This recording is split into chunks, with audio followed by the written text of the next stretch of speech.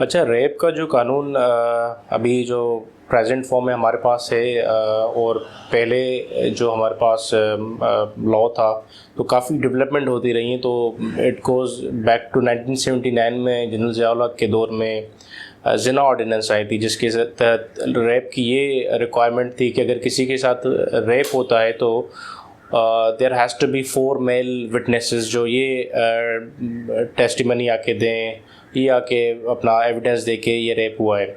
तो उस कानून के तहत या तो दो ही सिचुएशन थी, या तो जो अक्यूज़ है वो खुद आके कबूल करे कि मैंने रेप किया है, या फिर 4 मेल जो है विटनेसेस हों जो ये कंफर्म करे कि किसी खातून के साथ रेप हुआ है। तो इसमें जो कॉम्प्लिकेशंस थी वो ये थी कि जो औरत रिपोर्ट करती थी मैटर, अगर वो प्रूव नहीं कर पाती थी क्योंकि उनके पास 4 मेल विटनेस नहीं होते थे, तो इम्प्लाइडली यही तस्वर किया जाता था कि उसने इलीगल सेक्स किया है, तो फिर उसी को ही सज़ा हो जाती थी। तो ये फिर लॉ जो है डेवलप होता गया, 2006 में अमेंडमेंट हुई, और फिर अमेंडमेंट होते होते रेप के कानून में अभी 2021 में एंटी रेप एक्ट आया है 2021, और जो रेप का जो सेक्शन है पाकिस्तान पीनल कोड में वो है सेक्शन 375। तो करंटली उसमें भी अमेंडमेंट आ गई है। तो पहले तो सिर्फ यही होता था, रेप की डेफिनेशन में सिर्फ पेनिट्रेशन होनी चाहिए, सेक्सुअल इंटरकोर्स, तो उसी को ही रेप कंसीडर किया जाता था। लेकिन अभी जो करंटली हमारे पास जो अमेंडमेंट के बाद जो कानून है, उसमें रेप को जेंडर न्यूट्रल लॉ जो है, या जेंडर न्यूट्रल ऑफेंस जो है ना, वो किया गया है। मीनिंग देयर बाय के रेप जो है अभी औरत के साथ भी हो सकता है, मर्द के साथ भी हो सकता है, ट्रांसजेंडर के साथ भी हो सकता है, और बच्चे के साथ भी हो सकता है, और उस पर सेक्शन 375 ही अप्लाई होगा। सर, रेप की अगर आप फर्दर डेफिनेशन बताएं तो आवाम के लिए। अच्छा, अभी ये जो 375 सेक्शन है पाकिस्तान पिनल कोड का, इसमें डिफरेंट सिचुएशंस दी गई हैं जिसमें रेप कंस्टिट्यूट होता है। For example, penetration into any part of male और women, insertion of any object, that is also rape, or insertion of any part of the body inside any organ of the male or woman, वो भी rape होता है। और उसमें जो important चीज़ है, provided कि उसमें जिसके साथ हो रहा है उसका कंसेंट ना हो, उसकी विल ना हो, या फिर अगर उसकी विल या कंसेंट हो, उसको प्रेशराइज़ किया गया हो, उसको थ्रेट किया गया हो, उसकी अपनी जान खतरे में हो, या फिर उसका कोई अजीज़ या करीबी हो तो उसकी जान खतरे में हो। इसके अलावा ये भी कंडीशन है कि या तो अगर उसका इंटॉक्सिकेटेड है, वो नशे की हालत में है, उसके साउंड माइंड नहीं है, उसके साथ रेप हो रहा है, तो उसके साथ ये एक्ट हो रहा है, तो that would be considered as rape. इसके अलावा अगर कोई ये कहता है कि भाई फ़लाँ बंदे का जो है कंसेंट था, लेकिन उसकी उम्र जो है अगर 16 साल से कम है, तो कंसेंट मैटर नहीं करेगा। अगर 16 साल की कम उम्र के किसी भी मेल फीमेल ट्रांसजेंडर के साथ सेक्स किया जाएगा तो वो रेप में शुमार होगा, उसका कंसेंट मैटर नहीं करेगा। Sir, the anti rape investigation trial act 2021 क्या है और इसमें कौन कौन से कानून बयान किए गए?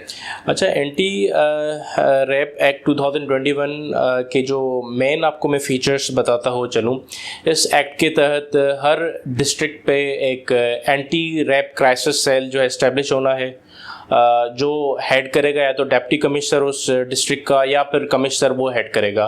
इसके अलावा उस एंटी रेप क्राइसिस सेल में एक मेडिकल सुपरिटेंडेंट होगा। इसके अलावा कोई पुलिस ऑफिसर हो सकता है, या फिर इंडिपेंडेंट सपोर्ट एडवाइज़र भी इसमें हो सकता है।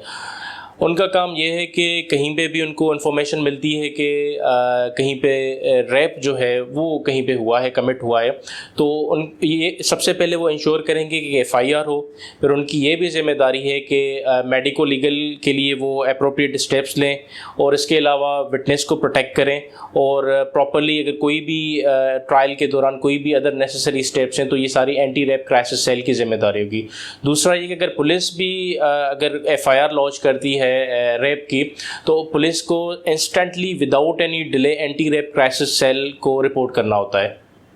इसके अलावा जो ट्रायल होता है रेप का, वो इन कैमरा होता है। मीनिंग देयर बाय कि सिर्फ जो मुतलका लोग हैं वही उस कमरा अदालत में बैठ सकते हैं।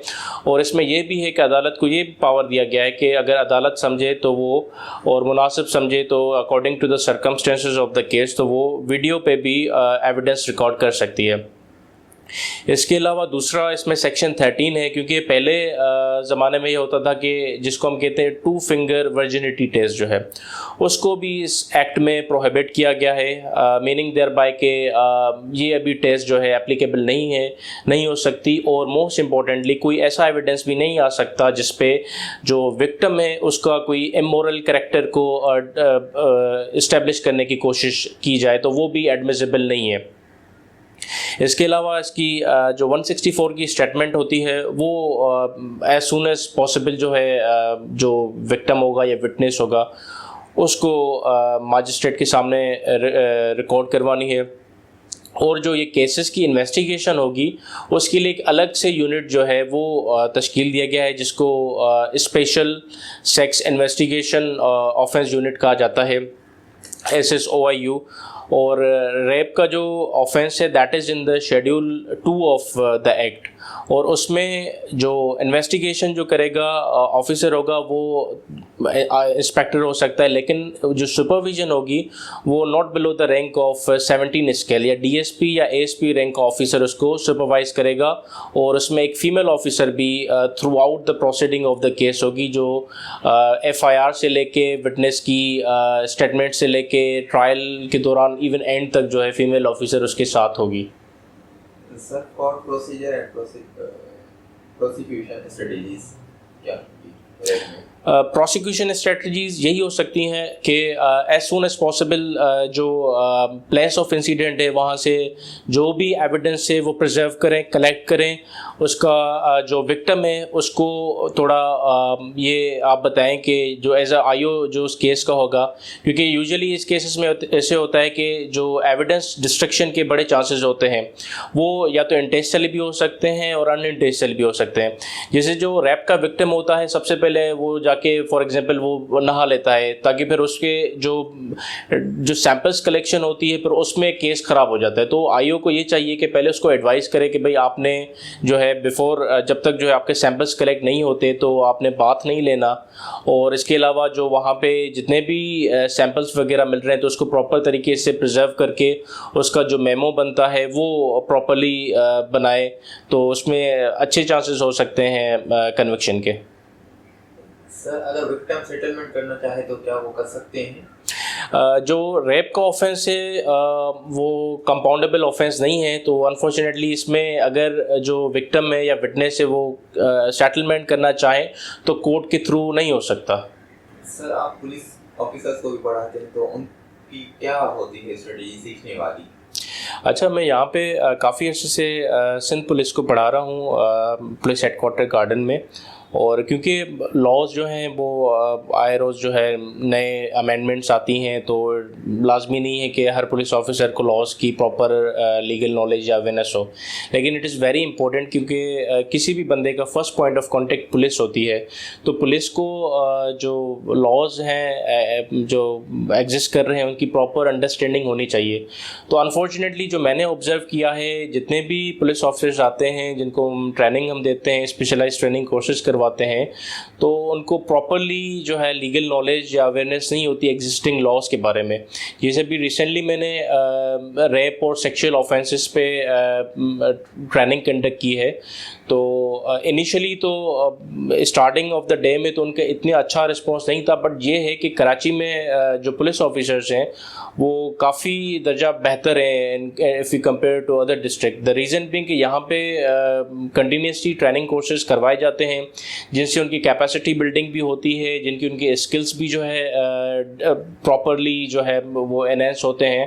तो आई कुड से कि जितनी भी ट्रेनिंग के बाद जो है अगर उनसे भी टेस्ट भी लिया जाता है तो उसके एट दैट पॉइंट वो प्रॉपरली जो है अवेयर हो जाते हैं और प्रॉपरली उनको अच्छी अंडरस्टैंडिंग हो जाती है लॉ के बारे में। क्योंकि इट्स वेरी इंपॉर्टेंट कि पुलिस को पता होगा कि भाई लॉ क्या है और उनके जो रोल्स, रिस्पॉन्सिबिलिटीज़, ड्यूटी क्या है, तो फिर ही हम जो क्राइम है उसको कर्ब कर सकते हैं।